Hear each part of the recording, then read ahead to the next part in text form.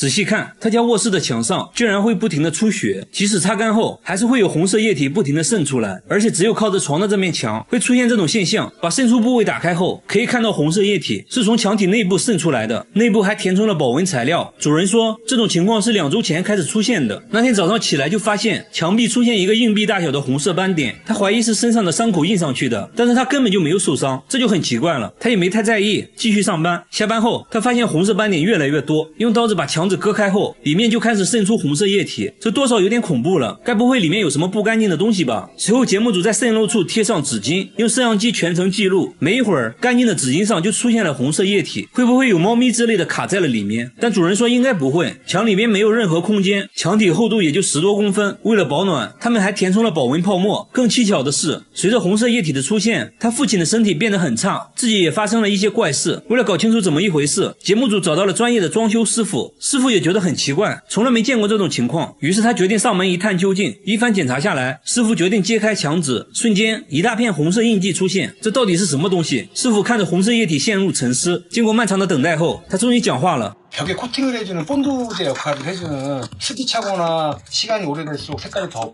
빨개져요. 至于墙壁里为什么会出现水分，是因为3个月前外墙被拆除了一层，无法阻挡冷空气，导致墙壁凝结了很多水珠。至此真相大白，一切都是虚惊一场。但是下面这家人的墙壁就多少有点诡异了。每到半夜12点，整个公寓的墙就会传来一种凄惨的哭声，但是墙壁看起来就是个正经墙壁。主人说，有声音的时候墙壁都会震动，并且整个房间都有回声。你可以想象一下，半夜12点，全方位立体环绕的哭泣声有多瘆人。主人说，声音是从3个月前开始的，每天晚上都会持续90分钟。随后播放了自己录到的声音。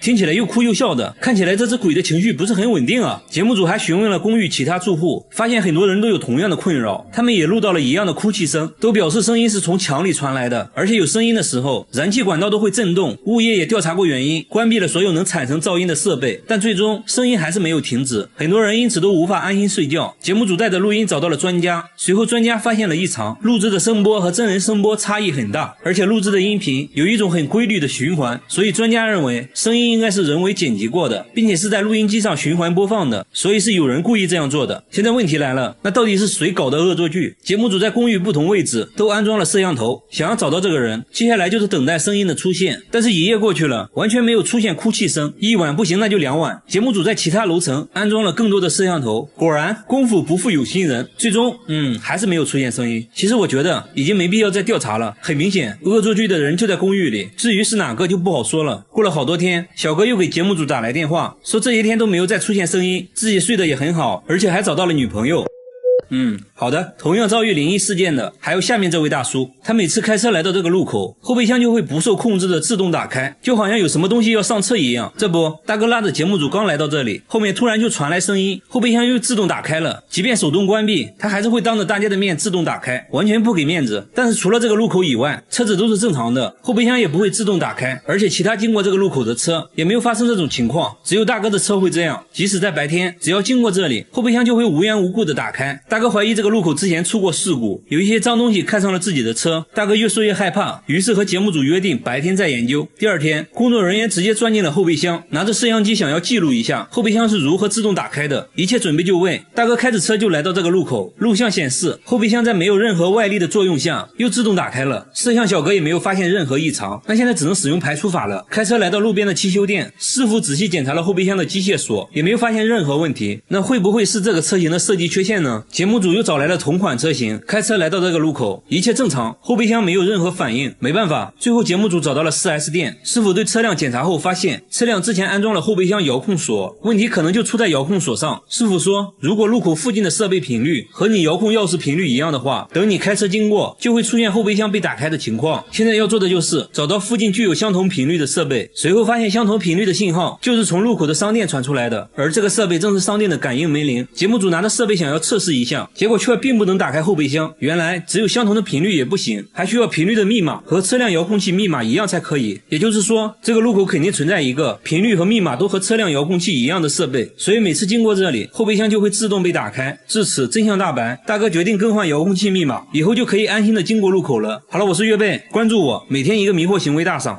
仔细看，她的肚子可以瞬间变大3倍，疼痛随之而来，她每天都要经历好几次类似生孩子的痛苦。大姐的肚子在变大之前没有任何征兆，刚刚还在晾衣服，突然感觉不对劲，在丈夫的帮助下躺了下来，肚子也在肉眼可见的变大，而且变得硬邦邦的。丈夫能做的只有帮她按摩一下，除此之外无能为力，只能眼看着大姐疼痛不止。经过几分钟的阵痛，肚子又慢慢恢复到了正常大小，可大姐还没缓过气来，肚子又在短短几秒钟之内变大，她又要经历一次分娩的痛苦。丈夫说这样的过程每天都要经历6次以上。大姐平时的腰围是77厘米，肚子变大后腰围就成了91厘米，整整大了11厘米。然而令大姐更绝望的是，医院根本查不出肚子变大的原因，他们甚至去了妇产科，可是医生却说她很健康，但是肚子变大已经严重影响到了生活。大姐刚在市场买完菜，回家的途中肚子变大说来就来，完全不分场合。节目组脱下外套帮大姐躺下，大姐的叫声引来路人围观，路人看到这一幕也是懵的一逼。丈夫很快赶到，不停地帮大姐按摩肚子，经过长时间的折磨，肚子终于恢复了平静。大姐精疲力尽地吐出一句话：回到家，丈夫很是心痛，看着痛苦的妻子，自己却什么都做不了。节目组抱着一丝希望，带着大姐再次来到医院，一番检查下来，医生对此也感到很震惊。大姐的肚子变大时，大肠也随之扩大了10倍。生理上没问题，那8成就是心理问题。节目组又找到心理医生沟通下来才知道，原来大姐的前夫有家暴，这给大姐带来严重的身心伤害，她把一切痛苦都藏在心里，长期的压抑无处释放。和现在丈夫在一起后，生活恢复了平静，大姐心理上的压力在慢慢释放，才会以肚子变大的形式体现出来。丈夫听后很自责，认为自己没有和妻子好好交流过，不知道妻子承受了这么多委屈。他决定以后给大姐更多的陪伴，让大姐释放压力，最后还对大姐来了个深情告白。和大姐一样，下面这个女人的肚子也很神奇，她怀孕3天就要生了，但是她却什么都不知道。3天前，她因为胃痛来医院检查，没成想却检测出了婴儿的心跳声。医生说你这不是胃病，你要去妇产科啊，你这是怀孕要生了。大姐听到这个消息震惊了，这什么情况？护士也震惊了。比大姐还震惊的是她丈夫，由于工作原因，大姐和丈夫已经分居7个月了，现在你说你怀孕要生了，所以当然是原谅她了。医生说其实大姐也是怀胎10个月了，只是她不知道而已。那大姐为什么连自己怀孕都不知道？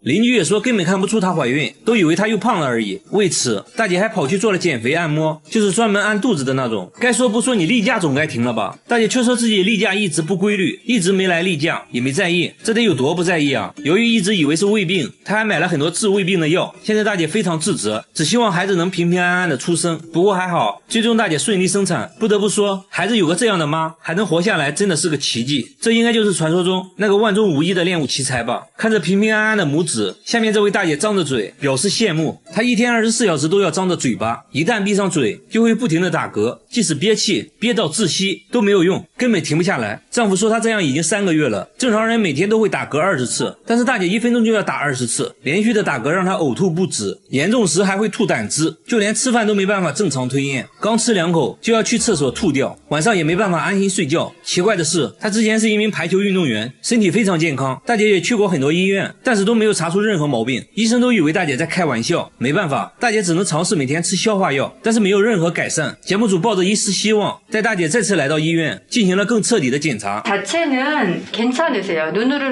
还是和之前一样的结果，但是大姐的痛苦还在持续。之后，节目组又带大姐去看了中医，大夫先对大姐进行把脉，一番望闻问切后，对大姐进行红外线照射。就这样操作下来，奇迹发生了，大姐停止了打嗝。大夫说她这应该是焦虑症，是压力过大导致的，由于没有及时释放压力，就慢慢形成了心理疾病。这时大姐也缓缓说出了自己的故事，由于疫情原因无法工作，只能一直吃老本，而且理财投资也亏得一毛不剩，一气之下焦虑涌上心头。刚开始只是心率过快，慢慢就变成了不停打嗝，最后在中医的帮助下，她终于恢复了正常，不再打嗝。看来还是中医牛啊。好了，我是岳贝，关注我，每天一个迷惑行为大赏。大姐说自己有3只眼，把眼睛蒙上后还能读报纸，一番测试下来，完全正确。她还能蒙眼骑自行车，蒙眼做饭做家务，蒙眼抠糖饼也是小菜一碟，还上过节目，被50多家电台采访过。难道真的有特异功能？节目组决定换一种方式测试，先在角落里画好一些图形，然后让大姐照着再画一遍。她戴上自制的眼罩就开始了，结果真就正确的画了出来。等会儿，眼罩是她自己准备的对吧？那会不会有什么猫腻？节目组决定现场制作一个眼罩，现在是完全密封的状态。那先来到计算题吧。这时大姐表现得很奇怪，她一直侧着头，她解释说要用一侧的鼻孔感受数字，她不停地转头。节目组产产生了怀疑，随后想到一个绝对不会作弊的方法，直接把黑色胶带贴在眼睛上，这样就没有任何缝隙了。那么好，测试继续。节目组拿着扑克牌问他点数和花色，大姐开始发功了。一番手舞足蹈后，她竟然连拿的是什么都猜不到。大姐却说要休息一下，说自己刚才能量用完了，需要恢复一下。节目组同意了，她不停的大口出气。节目组却发现胶带下面被吹出了一个缝隙，接着大姐表示可以开始了。为了防止她透过缝隙偷看，工作人员把扑克举了起来。大姐仰着头说：“你手上应该是个卡片吧？”节目组要求她低下头继续猜花色，大姐却说：“你怎么这么多事？我能量又快用完了。”工作人员偷偷扔掉扑克，比出数字3。这次大姐信誓旦旦：“这也太简单了吧，5。”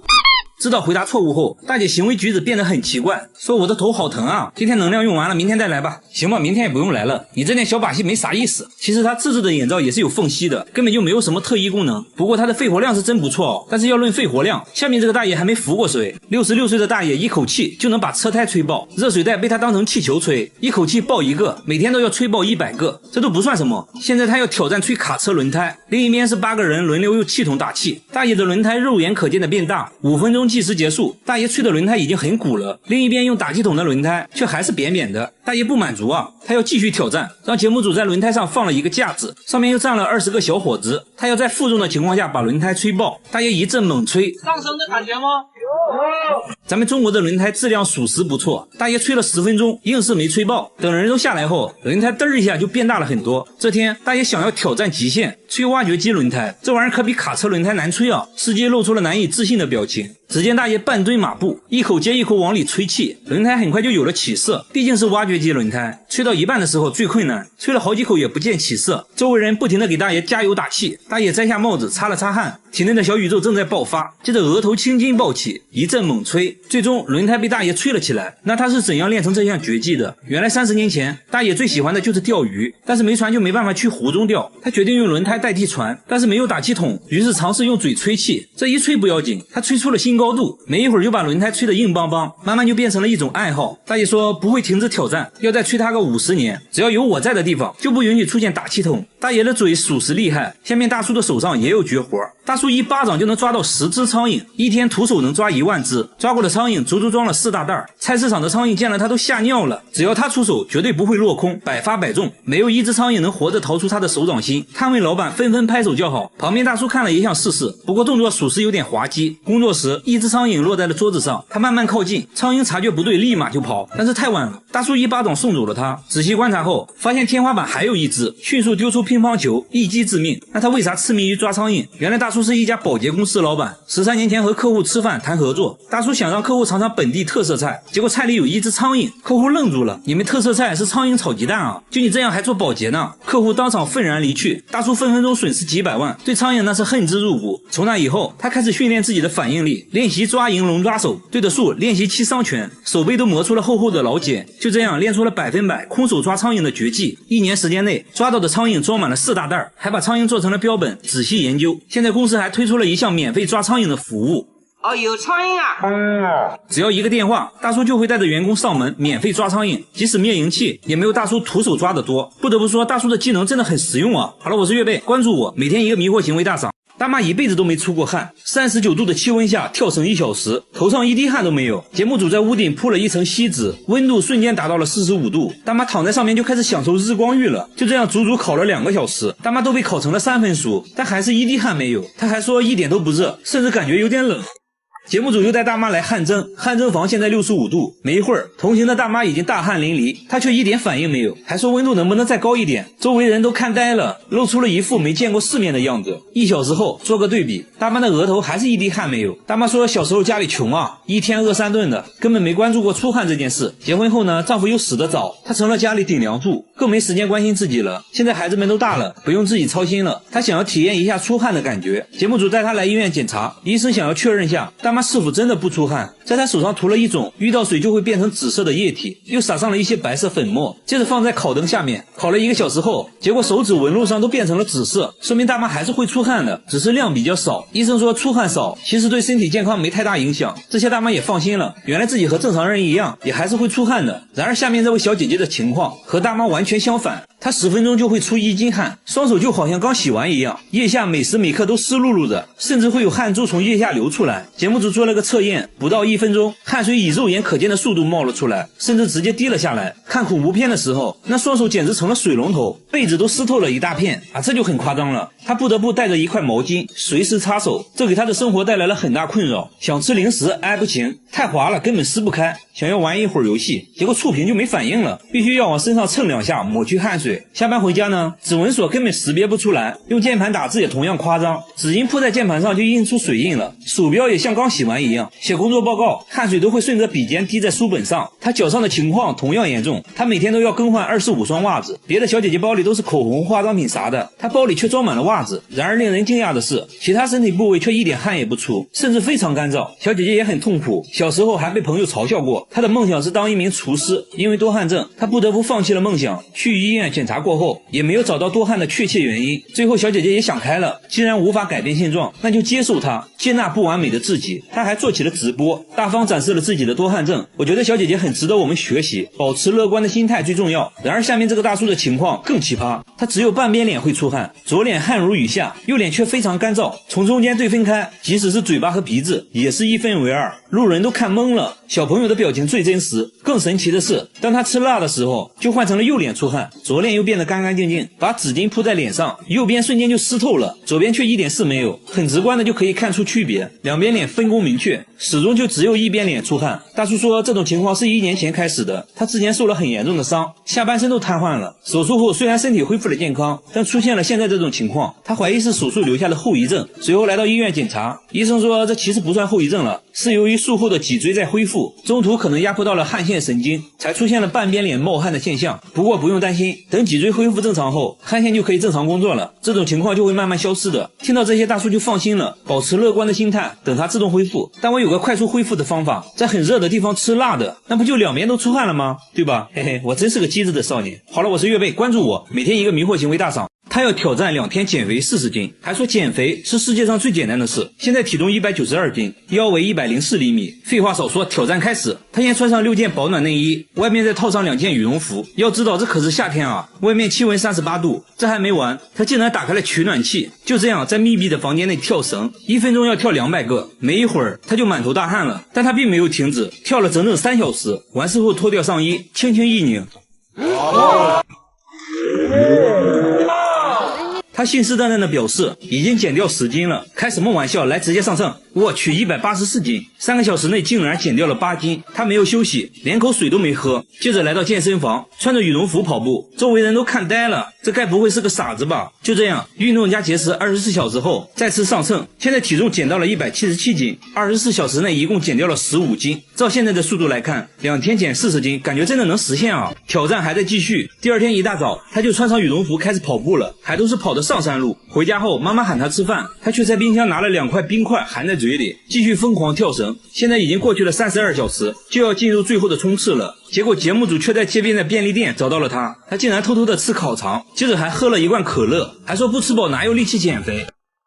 不过还好，回家后他继续运动到深夜。第二天一早，挑战时间到，他已经准备好上秤了。结果现在体重是166斤，也就是2天内减掉了26斤。虽然有一点点打脸，但这样也很夸张了。他认为是烤肠和可乐影响了自己，还说自己最高纪录1天减过30斤。那么他为什么要用这种方式减肥？原来他曾经是一名拳击手，拳击比赛是分重量级的，为此他进行过无数次的节食减重，知道如何快速的减重和增重。但是大家不要模仿，毕竟人家是专业的，是个狠人。但是要说狠，下面这个男人表示不服。大叔疯狂的用脸撞树，1分钟要撞60次，树枝被撞得来回摇晃，头上都出血了。他却说自己在锻炼身体，随后拿出502涂在流血的额头上，真是个狠人啊！节目组摸了一下，确实硬邦邦的，真的不会痛吗？大叔轻蔑一笑，说我都做了5年了，还劝大家不要模仿，不然很有可能脑袋开花。妻子说从来没见他额头好过，因为他每天都会撞树。说实话，我有点心疼那棵树了。大叔工作时却很安静，完全没有暴躁的样子，那他为啥会选择这种奇葩的锻炼方式？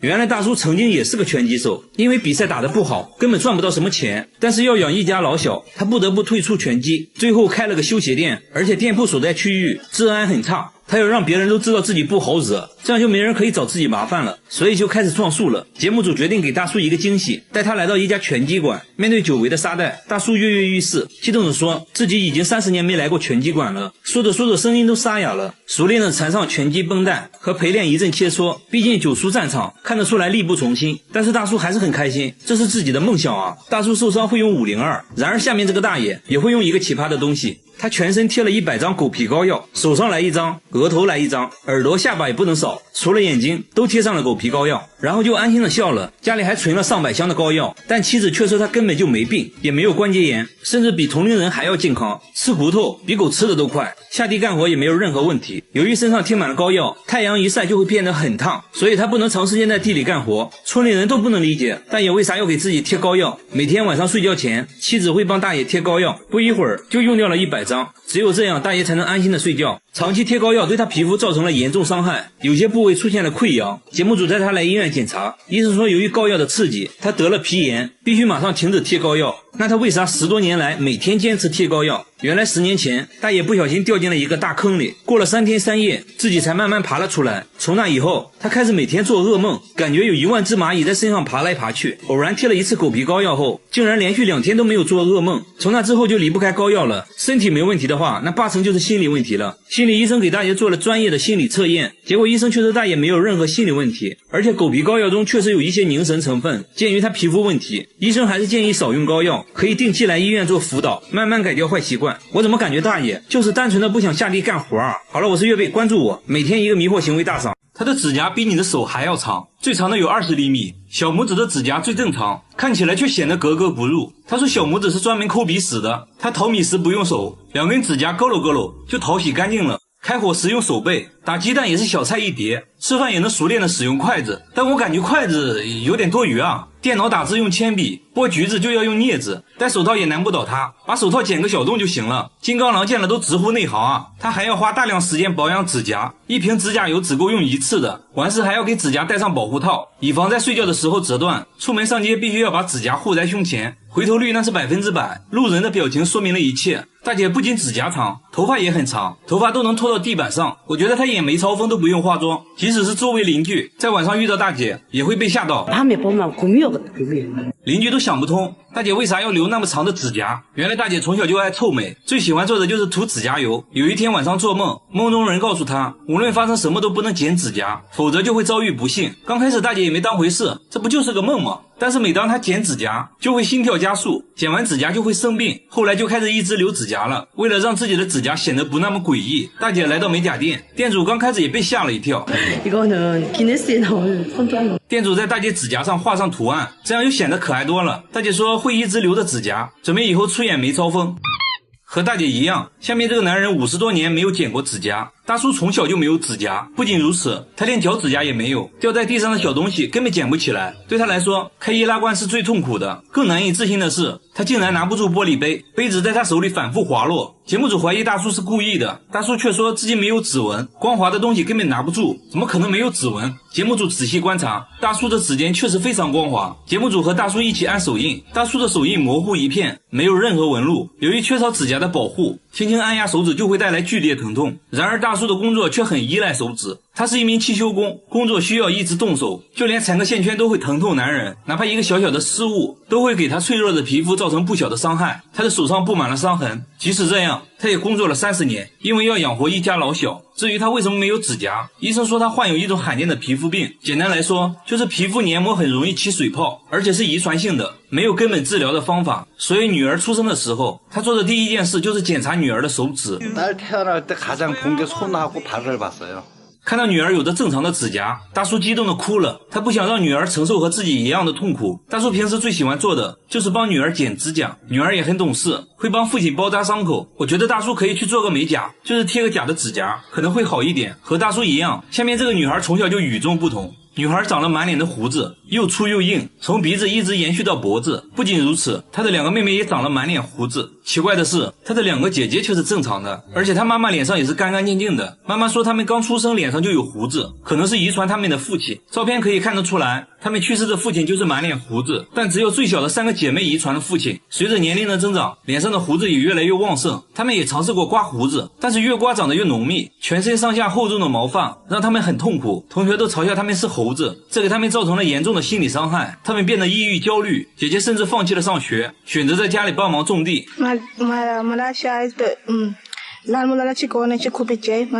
毛发摧毁了他的梦想。为了让2个还小的妹妹摆脱毛发的束缚，他带妹妹来到医院，医生拿放大镜仔细检查，说就算是遗传，这种情况也是非常罕见的，在学术界还没有和他们一样的案例。医生给他们做了激光脱毛，但很快胡子又长了出来。医生把毛发样品寄到了研究所，现在只能等待分析结果。虽然不确定有没有治疗方法，但只要有希望，等待的过程也是开心的。那最后就祝他们早日恢复正常，继续追逐梦想。好了，我是月贝，关注我，每天一个迷惑行为大赏。这个车载导航太诡异了，主人每次导航回老家都会导航到坟墓，明明前面就到家了，导航却要求掉头。那行吧，节目组决定跟着导航看看究竟。前面已经没路了，他们步行来到导航目的地，结果目的地就是一个坟墓。那这是谁的坟墓呢？ 여기가 우리 어머님 산소예요. 사실 어머님이 1년 전에 돌아가셨거든요. 집 주소를 이제 내비게이션에다 치고 오면 꼭 여기를 가르쳐줘요. 从地图上可以看得出来，坟墓和老家之间的距离很近。节目组猜测有可能是导航本身故障，才导致位置偏差。毕竟导航出错还是挺常见的。结果维修人员检查过后，都说没有任何问题。那现在只能使用排除法了。节目组又安装了同一款导航，让2台设备同时导航到老家。真的是奇怪，2台设备都导航到了坟墓，即使更换了不同品牌的导航，结果都一样。设备没问题的话，那有可能是信号问题。毕竟老家在山沟里，信号肯定不太好。专家也说，如果信号不好的话，最终的导航结果会有1公里左右的偏差。为了验证这个说法，节目组导航了村里其他地址，结果都准确无误的到达。现在唯一有可能的就是老家地址是错的，但身份证上面老家地址就是607啊，而且导航设置的目的地也是607。一时间，关于导航的谣言越来越多，村口情报站的大爷大妈也是议论纷纷，事情越来越灵异。毕竟是走进科学节目，肯定要搞清楚这到底怎么一回事。节目组咨询了村长，村长说他母亲坟墓所在的山头之前也是属于村里的，后来被划分出去了，那会不会是地址重新划分导致的？随后节目组来到测绘局咨询，电子地图上显示他家原来的地址编号607，现在被标注为坟墓所在的山头，而现在他家的地址标注的是757。至此真相大白，一切都是由于地址更新导致的，导航没有错，现在的607就是坟墓所在位置。我们再一次走进了科学。发生类似诡异事件的还有下面这个村，每到凌晨3点，整个村子就会传来类似电话拨号的声音。 小姐姐是第一个听到这种声音的，说声音是从1个月前开始的，而且确定凌晨3点没有人打过电话。接着播放了自己录到的声音。节目组决定等到凌晨3点，看声音会不会出现5、4、3、2、1。此时所有人的电话都已经关了，小姐姐认为声音是从外面传来的。隔天，节目组在可疑区域都安装了摄像机，又到了凌晨3点，声音准时传来，摄像机也没有任何发现。白天，节目组走访了附近的村庄，想要找到一些线索，然而附近村庄里的人都说没有听过这种声音，无功而返。节目组又回到小姐姐所在的村庄，村里的大喇叭引起了节目组的注意，村民说那喇叭很久没用了，电线都断了。随后在村里又看到了一个广播喇叭，村长说由于疫情原因，也已经很久没用了，但是除了这2个可疑的喇叭外，就没有其他能发出声音的设备了。节目组决定安装摄像机监控一下，每到凌晨3点，整个村子就会传来类似电话拨号的声音。又来到了凌晨3点，声音再次准时响起，但可以确定的是，声音就是从第2个广播喇叭里传来的。但此时并没有人进入广播站。第2天，村长带节目组来到广播站，村长说广播设备只有自己有钥匙，除了自己，其他人就算闯进广播站也无法使用广播设备。村长还展示了自己的广播记录，最近1个月都没有播过，这就很奇怪了。节目组拿着录音找到声音分析专家，专家说这确实和电话拨号的声音很像。专家结合电话按键时发出的不同声音，分析出了具体的按键号码，连起来的数字并不是电话号码，而且每个按键的间隔时间是一样的，正常人手动拨号是无法做到的。专家认为应该是广播设备自己发出的噪音。随后节目组联系到了广播设备的售后，经过长时间的排查，售后终于找到了问题所在。售后说设备每天都有一个固定的运行信号，可以理解为设备重启信号。这台广播设备的重启信号设置在了每天凌晨3点，这个一般是不会被广播出去的，但恰巧这台设备的放大器坏了，才导致这个微弱的信号被放大，并且广播了出去。一切都是虚惊一场，毕竟走进科学是不允许有灵异事件存在的。好了，我是月贝，关注我，每天一个迷惑行为大赏。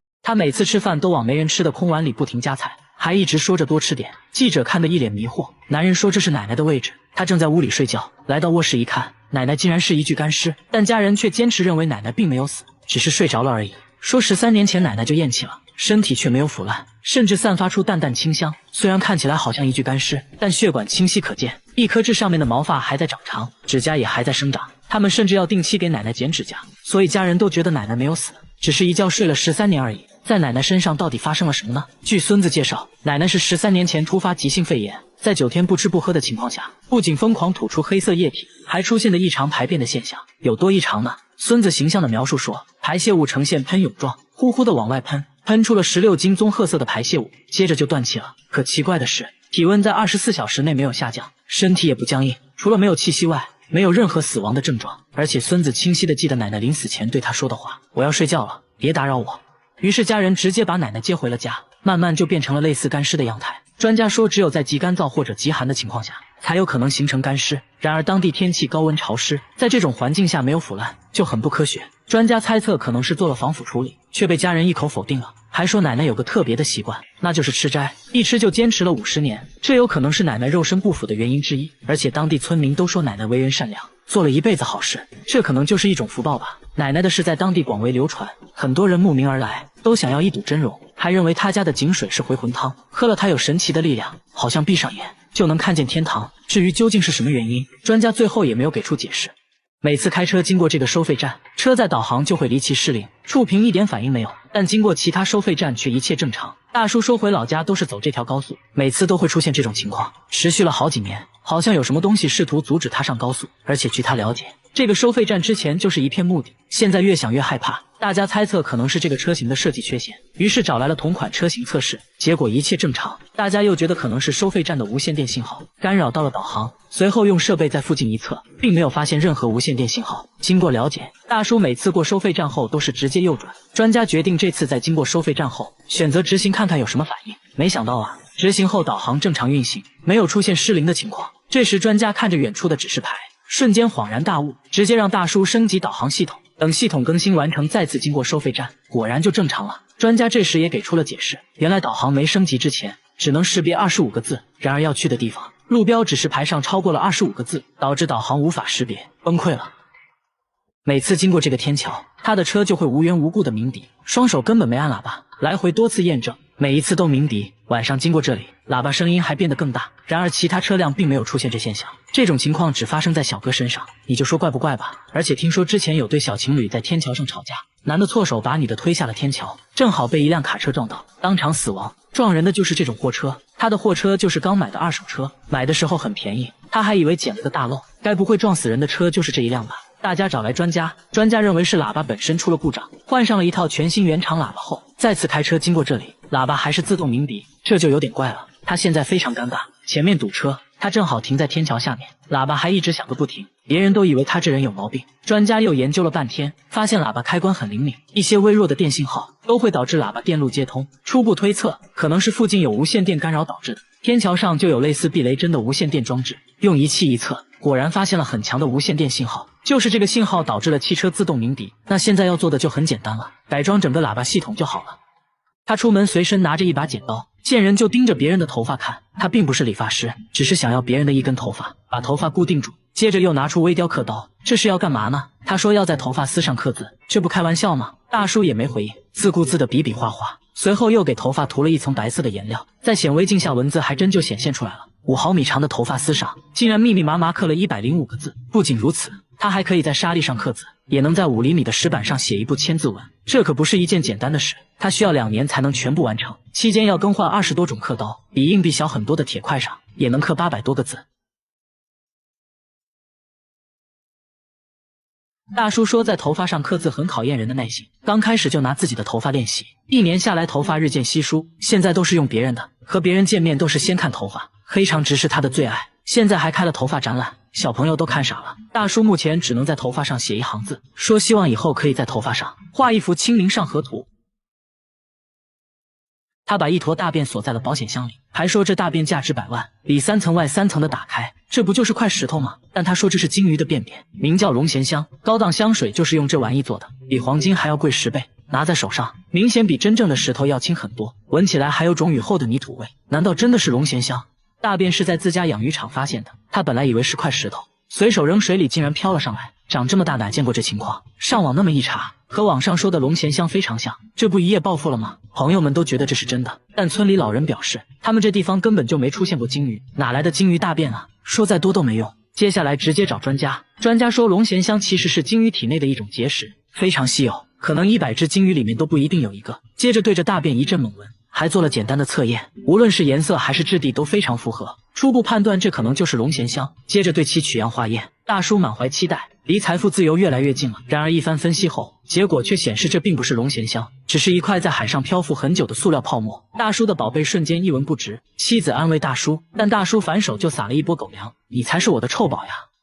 家里没人留长发，卧室却常常出现超过1米的头发，最长的能达到2米多，比他本人都高。有时出现在厕所，有时出现在卧室。拔一根自己的头发做对比，无论是颜色还是触感，都几乎一模一样。他认为这就是人的头发，关键家人都是短发，而且最近来做客的也都是短发。一开始还误会了老公，以为是老公在外面带来的。这种现象是1周前叠衣服时发现的，衣服是刚从烘干机里拿出来的，赶紧查看烘干机，里面却干干净净，毛都没有。可慢慢的头发出现的越来越频繁，看着吓人。房子是他们租的，刚住进来也没几个月，而且像这样的房子租金却很便宜。当时房主也是很着急的往外租，他们怀疑房子里发生过什么不好的事，难不成真有那东西？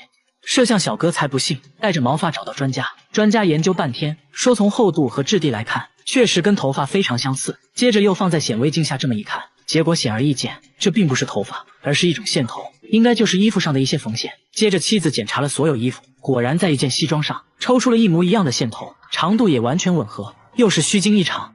他每次吃饭都往没人吃的空碗里不停夹菜，还一直说着多吃点。记者看得一脸迷惑，男人说这是奶奶的位置，他正在屋里睡觉，来到卧室一看，奶奶竟然是一具干尸，但家人却坚持认为奶奶并没有死，只是睡着了而已。说13年前奶奶就咽气了，身体却没有腐烂，甚至散发出淡淡清香。虽然看起来好像一具干尸，但血管清晰可见，一颗痣上面的毛发还在长长，指甲也还在生长。他们甚至要定期给奶奶剪指甲，所以家人都觉得奶奶没有死，只是一觉睡了13年而已。在奶奶身上到底发生了什么呢？据孙子介绍，奶奶是13年前突发急性肺炎，在9天不吃不喝的情况下，不仅疯狂吐出黑色液体，还出现了异常排便的现象。有多异常呢？孙子形象的描述说，排泄物呈现喷涌状，呼呼的往外喷，喷出了16斤棕褐色的排泄物，接着就断气了。可奇怪的是，体温在24小时内没有下降，身体也不僵硬，除了没有气息外，没有任何死亡的症状。而且孙子清晰地记得奶奶临死前对他说的话，我要睡觉了，别打扰我。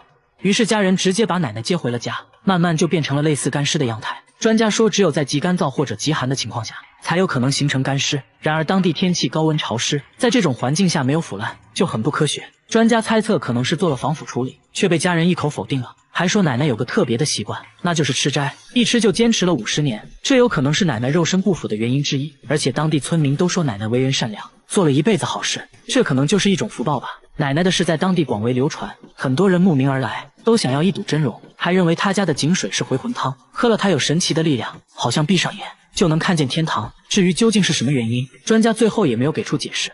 大姐生孩子不去医院，却来到了按摩店，让技师疯狂按压肚子，因为这肚子里的东西实在太怪，怀了3天就要生了，这是怎么回事呢？就在3天前，她因为胃痛来医院，没成想却检测出了婴儿的心跳声，原来她并不是胃痛，而是马上要生了。大姐直接懵掉了，才知道自己早就怀孕了。比大姐还震惊的是她丈夫，由于工作原因，夫妻俩已经分居7个月了，现在你说你怀孕要生了，这要怎么解释呢？丈夫甚至怀疑她外面有人了，不过医生给出了解释，说大姐也是怀胎10月来着，只是她不知道而已。大姐说虽然肚子确实大了一点，她就单纯的以为自己胖了，还特意去做了减肥按摩，就是专门按肚子的那种。就算是这样，那肯定有一些怀孕的症状吧，就比如例假肯定没有了吧。大姐说例假确实一直没来，但自己这方面一直不规律，所以也没在意。不得不说，大姐心是真大，后知后觉的大姐非常自责，只希望孩子能平平安安的。不过意外还是出现了，生产过程中脐带缠住了宝宝的脖子，情况十分危急，好在经过几个小时的手术，最终大姐顺利生产。孩子有个这样的妈，能活下来还真是个奇迹。这个和尚每天都去照相馆，表面看着道貌岸然的，实际上是专门来打印美女照片的。大家跟他来到寺庙，更是大开眼界，墙上全部贴满了美女照片。这些韩国女团他如数家珍，知道她们的名字以及热门歌曲，甚至记得她们的身高体重。身为佛门弟子，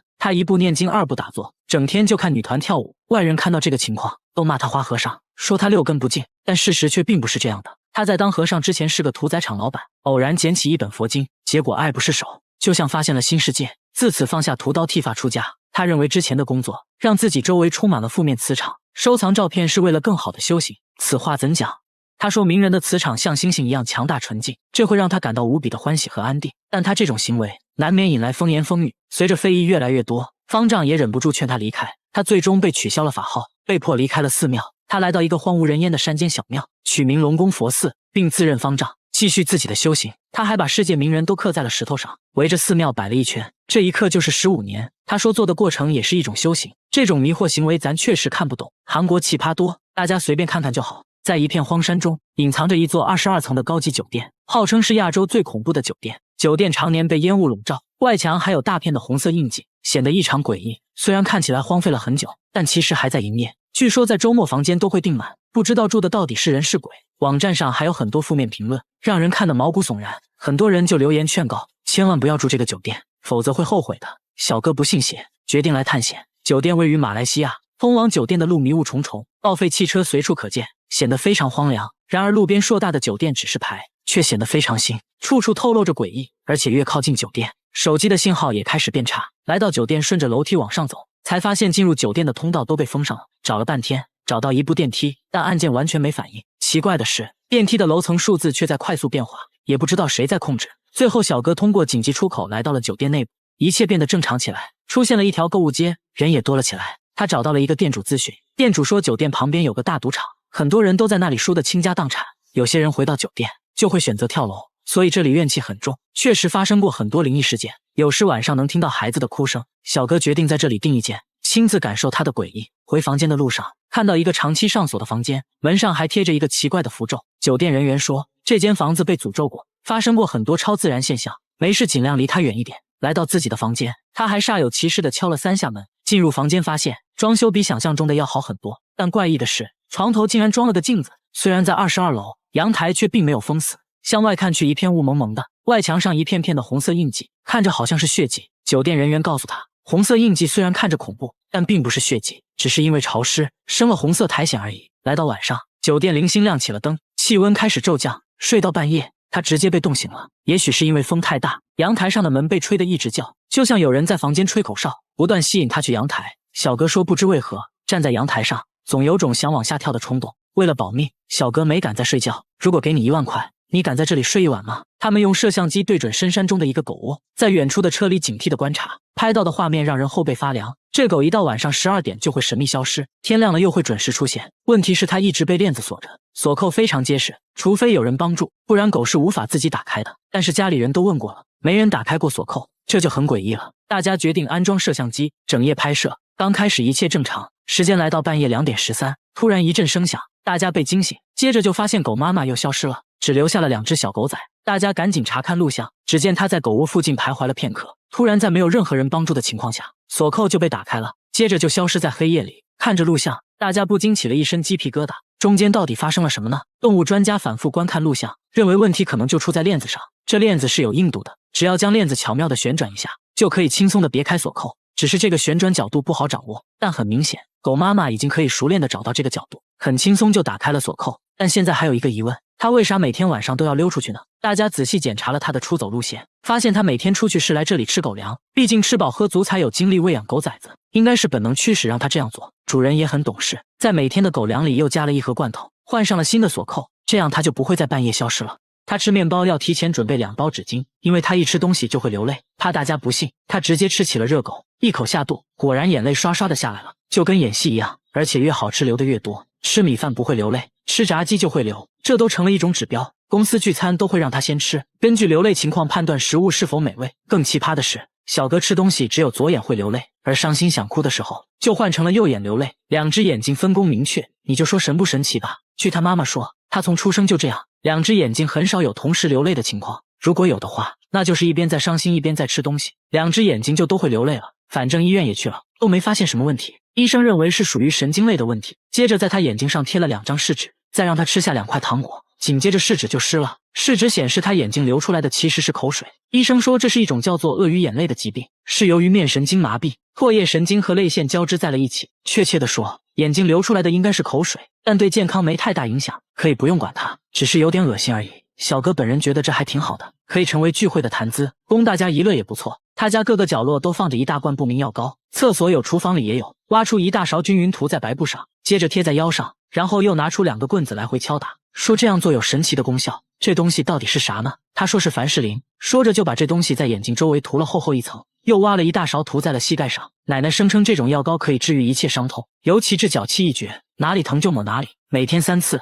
就可以和疾病说拜拜。家里任何角落都能找到凡士林，这样是为了方便自己随时使用。医生表示，虽然凡士林有滋润皮肤的效果，但是要适量。奶奶却什么话都听不进去，因为自己实实在在感受到了凡士林带来的神奇效果。她出门什么都可以不带，但不能不带凡士林。来到公园就是一顿骚操作。要知道奶奶今年已经80了，这把周围人看得目瞪口呆。然而奶奶的迷惑行为还不止这些，晚上睡觉前会拿2个木棍在身上来回敲打，说可以疏通经脉。为了健康，他把大部分时间都拿来锻炼身体。那他现在健康情况如何呢？检查后发现，他眼睛已经出现了角膜发炎，不能再继续涂凡士林了。凡士林带给奶奶的只是一种心理安慰，对健康并没有什么好处。运动才是他保持健康的最大原因。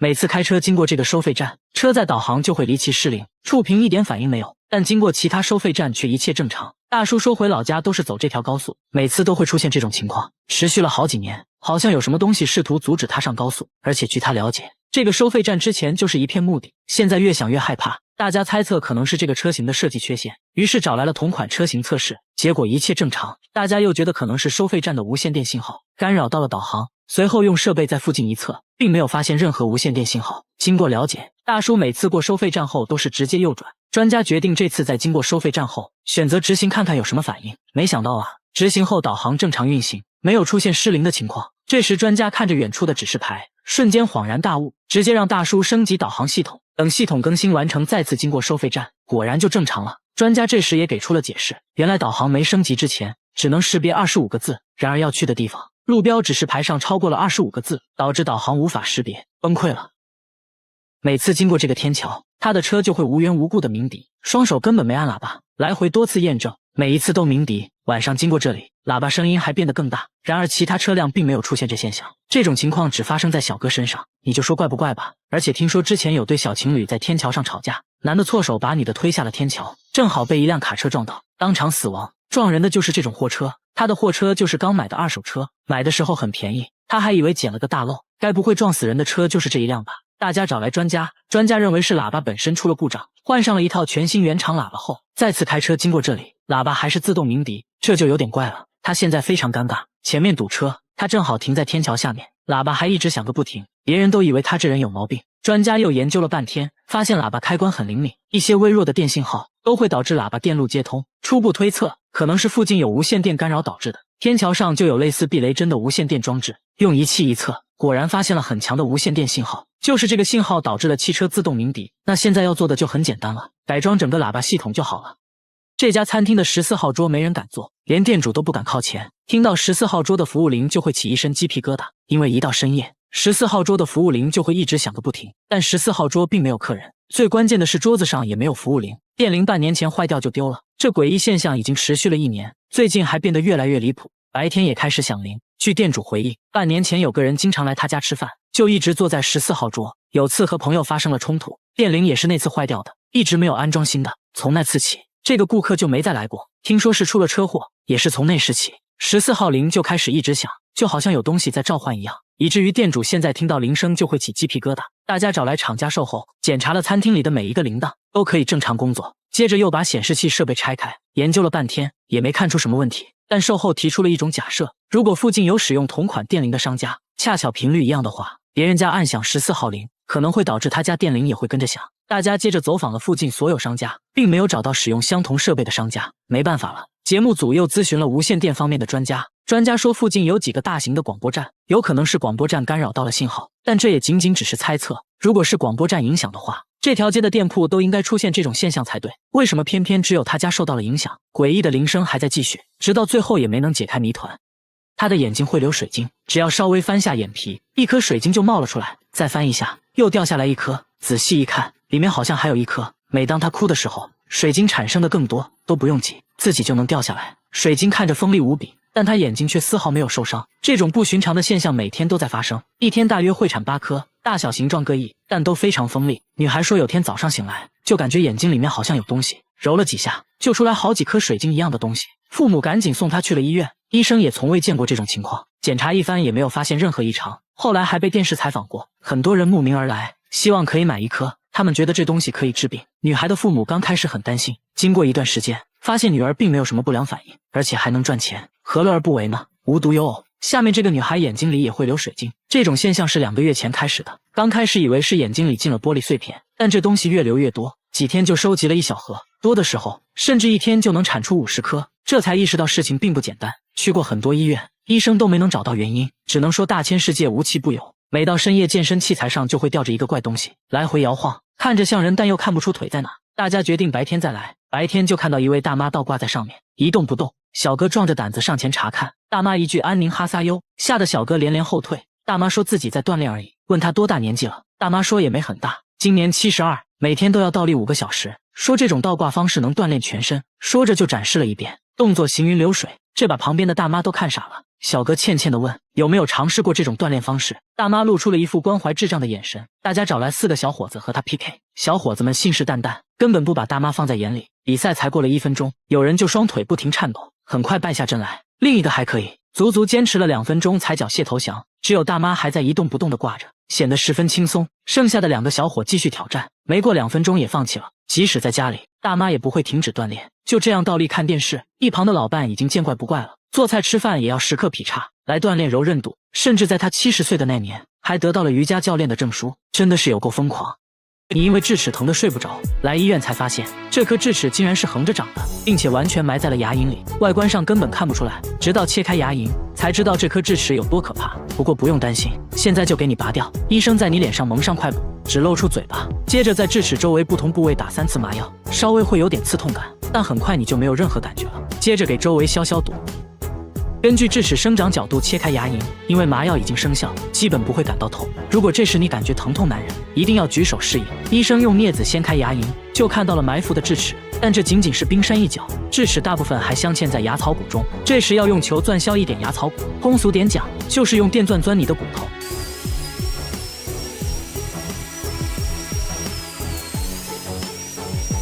这时你感觉不到疼痛，但能听到电钻声，还能感受到电钻的震动，整个头都嗡嗡的。即使这样也不能直接把智齿拔出，医生还要切开牙冠和牙根，把智齿一分为2，所以又需要用到钻头。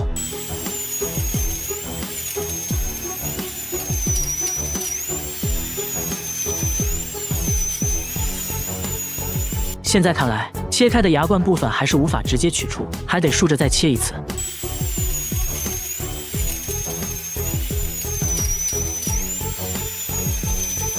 这样就很轻松地把牙冠部分取出来了。现在只剩下牙根了，由于埋得太深，还要再削一点牙槽骨。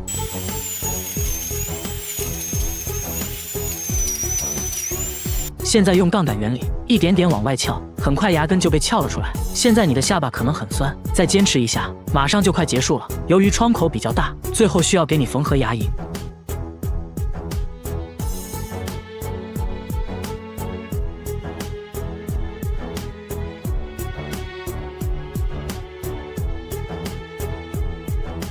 就这样打个漂亮的结，剪掉多余线头，就结束了战斗。为了让牙龈尽快愈合，你需要咬住一块纱布，保持2个小时，1周之后来拆线，期间不可以喝酒抽烟，避免激烈运动。拔掉智齿，你有没有觉得轻松了很多？你因为不好好刷牙，年纪轻轻就坏掉1颗，为了能啃骨头，即将要花2万块钱在嘴里种1颗，整个种牙过程需要持续半年左右。现在让我们来看看你的种牙血泪史，这个就是你的牙槽骨，这些大大小小的钻头都是用来在牙槽骨打孔的。刚开始钻孔要选择8毫米的小钻头，为了穿透坚硬的牙槽骨，医生调高了钻头速度，一切准备就绪，钻孔就开始了。现在要逐渐换成更粗的钻头，扩大孔洞。用粗钻头转速一定要慢，否则会导致摩擦生热，烧毁骨细胞。过程中钻头还会一直喷出生理盐水，就是为了降温。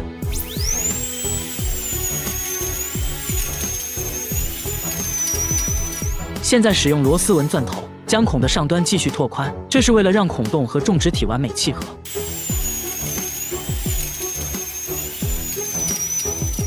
随后医生取来像螺丝一样的种植体，开始种植的时候要尽量调低转速，慢慢推进去，才不会使接触面骨细胞损坏。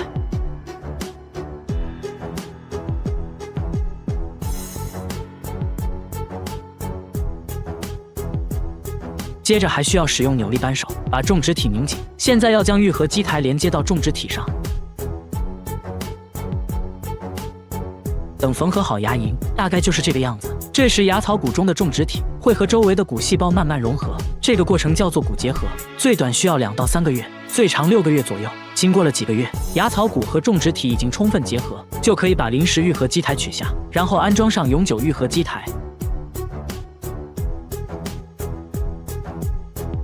现在需要安装人工牙冠，人工牙冠中间的洞是为了以后修理种植牙的时候方便拧开里面的螺丝，但现在要先用树脂填充，接着用灯照射固化，到这里你的牙就种好了，看起来和真牙一模一样。现在就可以去啃骨头了，一定要记得好好刷牙。用黄金来补牙是种怎样的体验？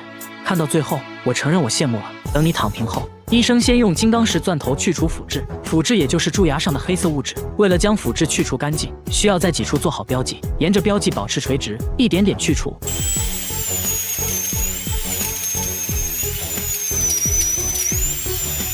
过程中可能会有一点酸胀感，不过是可以忍受的。去除蛀牙的洞称为窝洞，现在要把窝洞内部打磨圆滑，方便后续安装填充材料。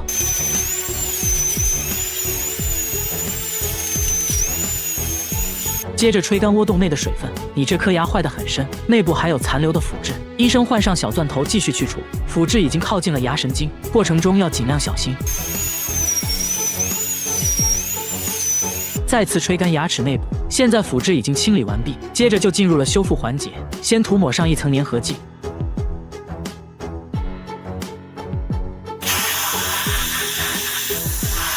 然后用灯持续照射，让胶水迅速固化，随后塞入树脂材料，再次用紫外线灯照射。等树脂固化后，还要用钻头轻轻打磨窝洞的边缘部分，使其变得光滑，这样才能使马上要安装的嵌体紧密贴合，不易脱落。接下来就要印模了，为牙齿量身定做黄金嵌体。先在窝洞里填充印模材料，对材料吹气，以便填充均匀。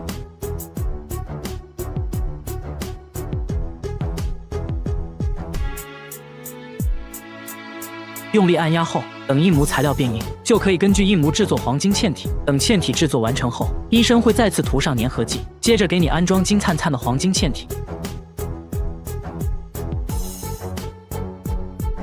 把多余的粘合剂擦干净，等它固化后，黄金嵌体就牢牢粘在了你的牙齿上，这样你又可以啃骨头了。好了，做完了，醒醒吧！你不小心磕掉了半颗门牙，说话一直漏风，天天被人嘲笑。你决定去做个修复，医生也没有让你失望，最后的修复效果足以让他们闭上臭嘴。不幸中的万幸，磕掉的部位并没有伤到牙根，如果非常严重的话，那就需要先做根管治疗。但像你这种情况，直接进行光固化树脂补牙即可。先在表面涂一层酸蚀剂，让表面变得更加粗糙一些，冲洗吹干后，涂上粘合剂，进行光照固化。接着医生取来石膏模型，制作诊断蜡型，然后系统的补牙操作就开始了。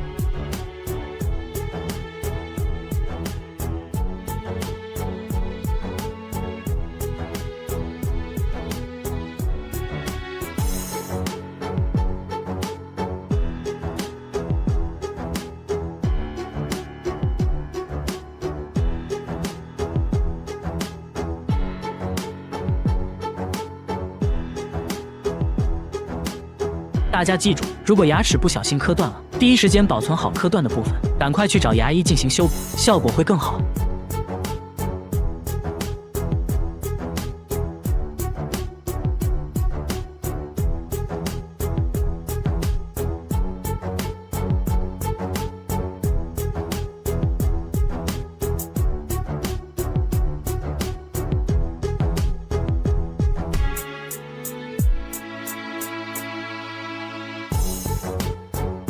补完之后呢，医生会用车针进行表面的打磨处理，最后再对牙齿进行抛光，牙齿表面就会变得更加光滑，看上去形态也比较美观。最后取出排龈线，就大功告成了。不过以后不能啃太硬的东西，稍有不注意就有可能导致脱落。他考试交白卷，反而得到了校长的表扬，当着全校师生的面给他戴了朵大红花。原因是他成了学校唯一一个看出老师出错题目的学生。台上的阿芳一脸懵，交白卷其实是自己看不懂而已，谁都想不到他开挂的人生从此开始了。课上不小心打翻了墨水，他赶紧用衣服擦，却意外擦出了一幅意境深远的山水画，得到了绘画大赛的第1名，顺便还收获了一群小迷妹，时刻被幸运女神眷顾着，让他觉得人生毫无意义。本以为长大后运气就会改变，谁知好运反而变本加厉，随手买张彩票都能中大奖，吃个饭就成了店里第9999名顾客，莫名其妙得到了全年免费卡。阿芳不想就这样安逸的过一辈子，跑去做了房产销售。可第1天上班，找他买房的人排队都排到了公司大门口，下班随便伸手，立马就来了几辆出租车，都抢着要拉他。他彻底受够了这种开挂般的生活，感觉是上天对自己的惩罚，指着老天一顿臭骂。突然间电闪雷鸣，一个雷针就劈了下来，结果劈死了正在逃跑的小偷。他含泪获得了良好市民奖。阿芳非常想体验失败的快感，可天不遂人愿，生无可恋的阿芳决定出家。就在剃发前，方丈出现了，只见方丈大手一挥，他便灵魂出窍，意识开始模糊。等阿芳清醒过来，发现一切都变了。打斗地主从来就没赢过，无论跟谁打牌都被对方吊打，就连一旁的小学生都嘲笑他是个弱鸡，他却兴奋得不得了，终于体验到了失败的快感。